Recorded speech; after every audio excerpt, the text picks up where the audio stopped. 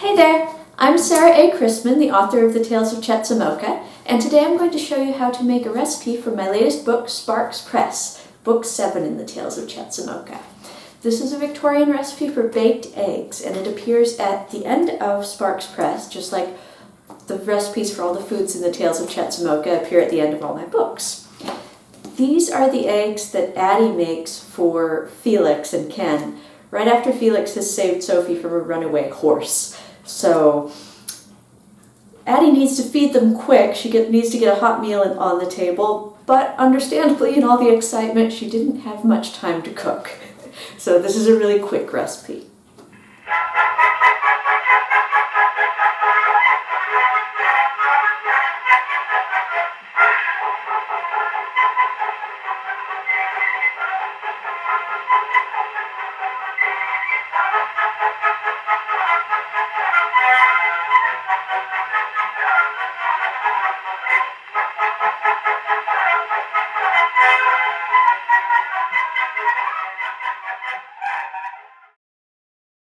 The original 19th century recipe for baked eggs reads: Ingredients: 6 eggs, 2 ounces of cheese, grated, 2 ounces of breadcrumbs, 1/2 ounce of butter, a teaspoonful of chopped parsley, salt and cayenne.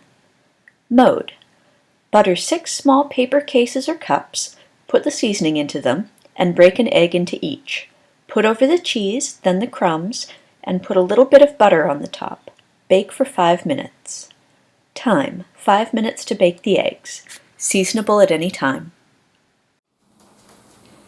Now the recipe talks about paper cases or cups. Basically, it just wants you to use something that can hold the egg and go in the oven. And you've got a lot of choices, and it's just a question of how fancy you want to be and what you have at hand. So today I'm using my little ceramic custard cups. If you buy these as part of a creme brulee set, they're probably called ramekins. But you don't need these if you don't happen to have them around. Restaurants, when they make this dish, they'll usually take a piece of parchment paper, and this is where the paper cases come in, and they'll put the parchment paper in a muffin tin, and then the egg just goes in there. The only problem with that method is that a lot of the time a significant portion of the egg gets stuck to the paper, which I don't like. I don't like to lose the egg. My chickens work too hard for that. But some other options, if you don't care about being terribly fancy, if you have a metal measuring cup, that's a nice small one, that's perfectly fine, especially if you're on your own and you're the only one who's going to see it. Who cares what it looks like? Or maybe you just moved in somewhere and you don't even have any measuring cups that can go in the oven. If you just buy a small can of food that is the right size to hold an egg, after you've eaten the food, you can wash out the can and then use that, because that can go in the oven too. It's all just a question of what you have at hand and how pretty you want to be. How pretty you want the food to be. You're pretty, always. It's just a question of how pretty the food is going to be. Nearly any type of cheese will work for this recipe, which makes it very versatile. Today I'm using Asiago. You'll want the oven nice and hot for these. 450 is just about right. And the 5 minutes recommended in the recipe will give you a firm white and a runny yolk, which for me is the dream ideal for eggs. But if you prefer your yolks hard, you should cook them longer, of course.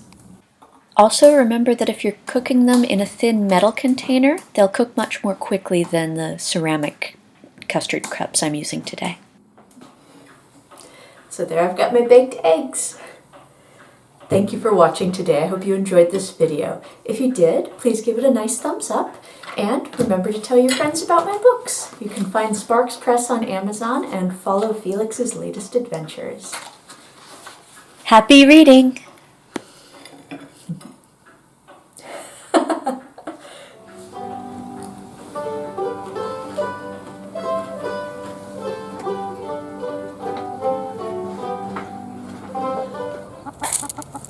Will you curtsy for me? Yeah. That's a nice curtsy. That's a nice curtsy. Good girl. Okay. Good girl, get sunflower seeds. Good job.